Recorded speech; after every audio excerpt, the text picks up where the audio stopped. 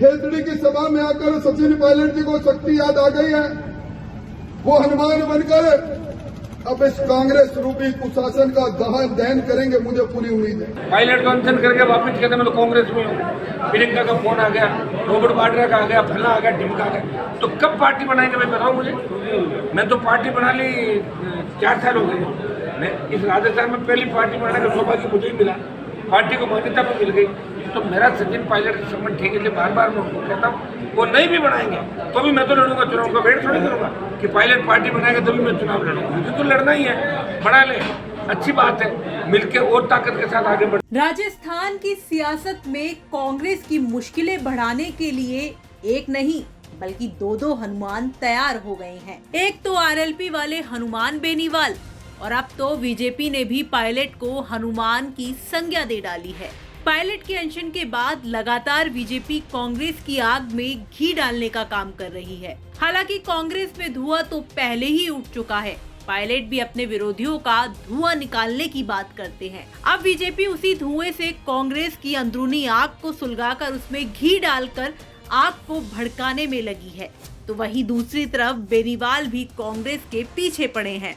बेनीवाल ये बात बार बार कह रहे हैं, मैंने पायलट को ऑफर दिया है, मैं तो कह रहा हूँ कांग्रेस छोड़ दो और नई पार्टी बना लो, कांग्रेस में आपका कुछ नहीं होने वाला। देखिए वो गुर्जर समाज के नेता है, हमने उनको सीएम बनाने का 2 बार प्रयास किया। 2018 के अंदर भी 3 विधायक किए, उन्होंने मेरे से सपोर्ट मांगा और मानेसर वो गए थे तभी बीजेपी के साथ मिला के 3 मेरे 75 लोग हम चाहते थे कि पायलट सीएम बने।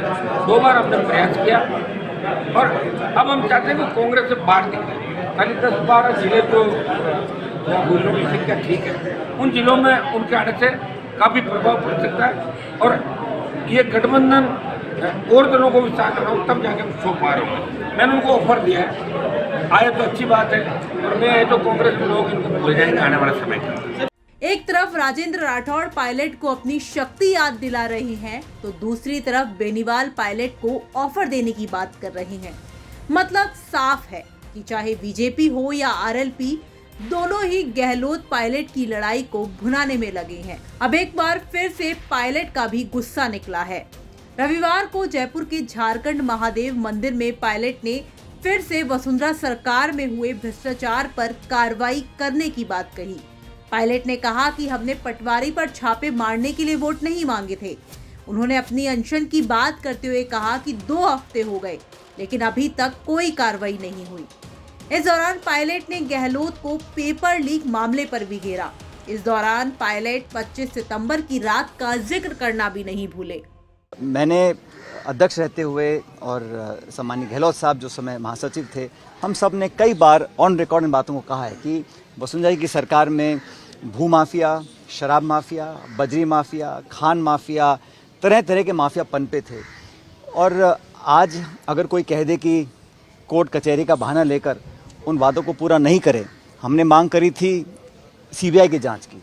हम लोग गए ज्ञापन लेकर राष्ट्रपति जी के पास, राजस्थान के गवर्नर के पास कि एक न्यायपूर्वक कार्रवाई हो, निष्पक्ष जांच हो और अगर किसी ने गलती की है तो उसकी सज़ा मिलनी चाहिए अगर तथ्य सामने आते जांच के बाद।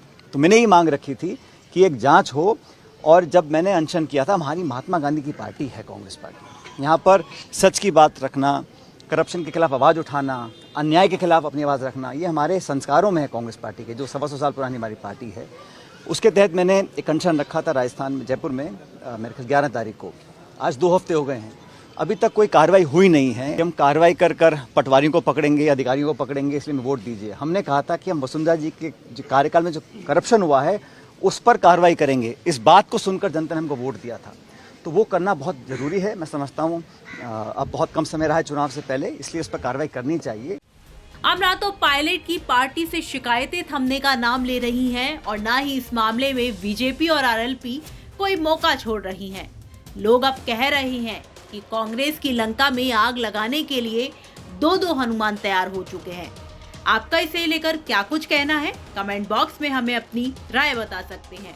ब्यूरो रिपोर्ट, राजस्थान तक।